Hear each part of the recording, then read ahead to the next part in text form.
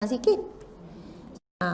Jadi insya-Allah kita sama-sama berniat bila kita dapat ilmu ni, kita sama-sama beramal.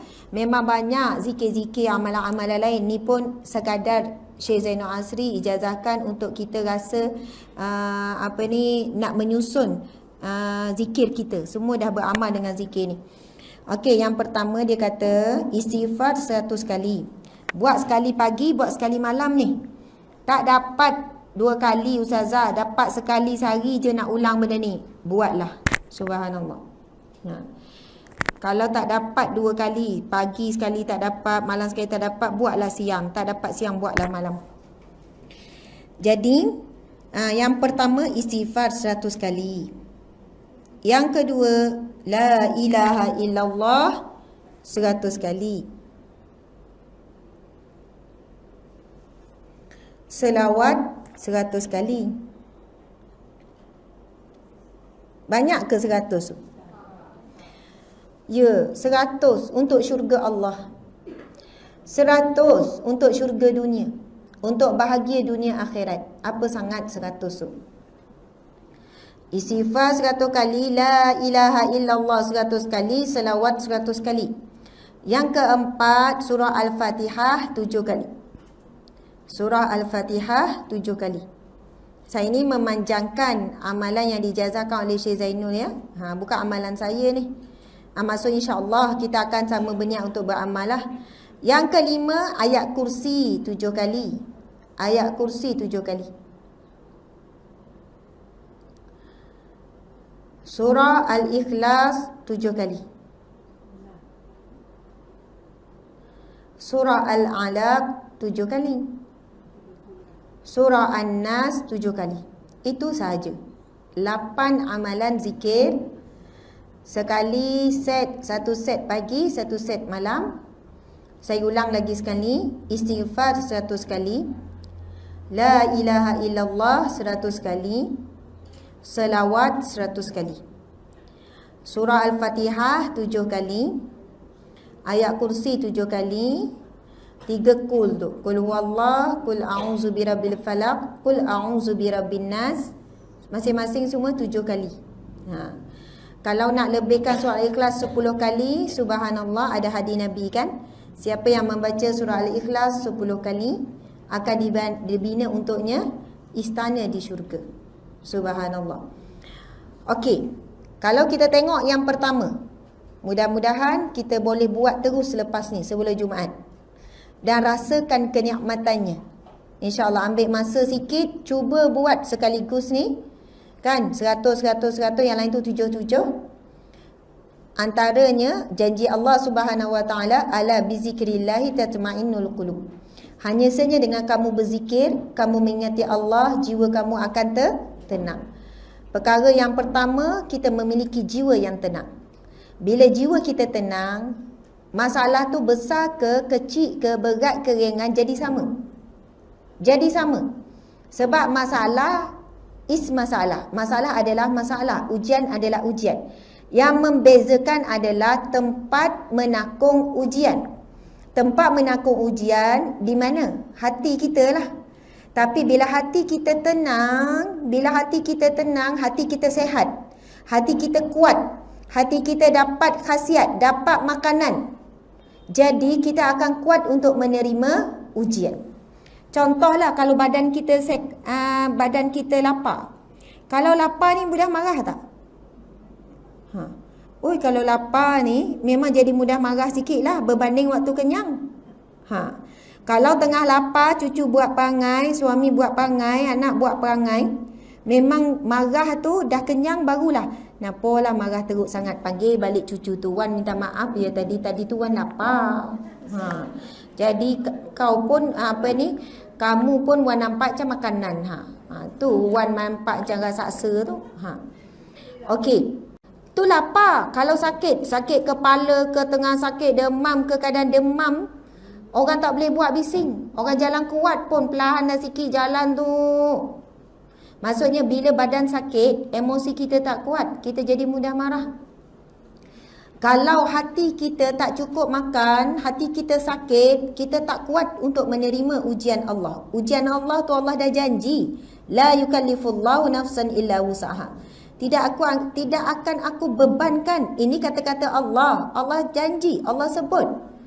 Allah declare pada kita, aku takkan bebankan kecuali yang kamu mampu. Mulut kita je cakap tak mampu, ya Allah aku dah tak mampu, berat sangat. Tapi Allah takkan zalimi kita, Allah beri misi yang kita mampu. Yang menyebabkan tak mampu bukan silapnya Allah bagi ujian yang berat pada kita, tapi kerana hati kita yang sakit, hati kita tak tenang, tak kuat.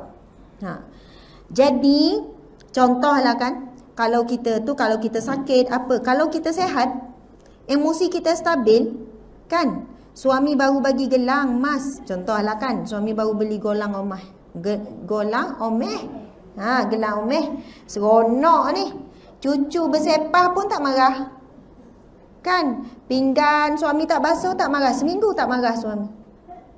Sebab apa? Emosi cukup, seronok, gembira, seminggu lepas tu marah balik kan. Subhanallah. Jadi bila kita punya rohani kita kuat, datang ujian Allah tak mudah melatah, tak mudah marah, tak mudah nak bertempik, tak mudah ni. Memang rasa sedih tu ada, tapi boleh kontrol diri. Subhanallah. Jadi kita cuba buat satu set ni kan, keseluruhan. Sudah tentu yang pertama nikmatnya adalah akan datang ketenangan, akan gugur dosa, karat tu, masya-Allah. Jadi cuba kita tengok yang pertama disebutkan istighfar. Ini semua kita maklum pasal istighfar ni. Dah banyak dengan ceramah dah kelebihan istighfar ni.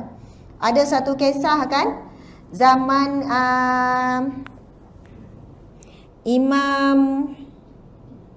bukan Imam Syafi'i, Imam Ahmad bin Hanbal. Imam Hanbali lah.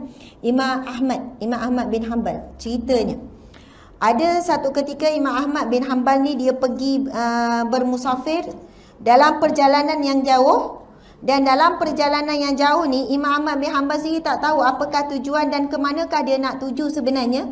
Tetapi dalam hatinya, maksudnya soalannya dia ada keperluan, dia perlu untuk bermusafir ke satu tempat. Bila dia pergi satu tempat, dalam musafir tu dia berhentilah di satu masjid.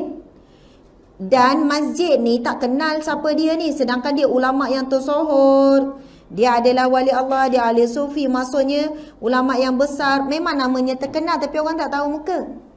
Kalau sekarang memang senang, semua ada, Facebook ada ni, orang kenal, betul kan? Video live lah ada lah, apalah. Tapi zaman tu nama dia masyhur tapi orang tak kenal muka Imam Ahmad bin Hanbal ni. Kemudian diceritakan masjid ni, orang yang jaga masjid tak kenal, halau dia, tak bagi tidur dalam masjid. Kemudian dah halau, dia duduk kat koridor. Kat koridor pun tak bagi duduk. Sampailah dia halau keluar daripada masjid. Sebab dengan pakaian yang lusuh apa semua, mungkin orang jaga masjid ni ingat siapalah ni kan, orang ni nak kotorkan masjid ke apa.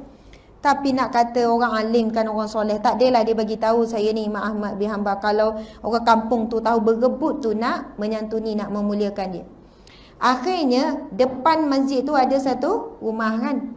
Ada satu rumah pembuat roti. Lalu orang ni pun nampak, orang ni kenal lah, dia kata datanglah, duduklah berteduh di rumahku. Pada Imam Ahmad bin Hanbal pun duk tengoklah amalan orang lelaki ni. Orang yang membuat roti ni, pembuat roti ni, mulut dia istighfar saja. Istighfar sambil uli sepanjang malam pun astagfirullah. Lalu Imam Ahmad bin Hanbal pun tanya, kenapa kamu hanya beristighfar? Dia kata alhamdulillah, kan hadis Nabi SAW, barang siapa yang melazimi istighfar akan diberi jalan keluar setiap kesulitan, diberi rezeki yang tak disangka-sangka, diberi kegembiraan setiap duka cita. Dia kata alhamdulillah, segala hajatku sepanjang aku hidup Allah makbulkan semuanya. Segala kesukaran semuanya Allah mudahkan. Aku ada rezeki yang banyak dan sebagainya. Cuma ada satu saja lagi doa yang permintaan hajatku yang belum dimakbulkan, iaitu aku teringin sangat nak berjumpa dengan Imam Ahmad bin Hanbal. Saya rasa memang kita dah selalu dengar cerita ni, tapi kita ulang balik nak bagi tahu hebatnya antara kelebihan istighfar. Lalu Imam Ahmad bin Hanbal pun, ya Allah, dengan terkejutnya, dengan memuji Allahnya, lalu dia pun mengatakan, akulah Imam Ahmad bin Hanbal. Dengan berkat istighfar kamu itulah Allah telah membawaku ke rumahmu. Kita ni kalau nak jumpa orang soleh, kita pergilah cari nak pergi jumpa, betul kan?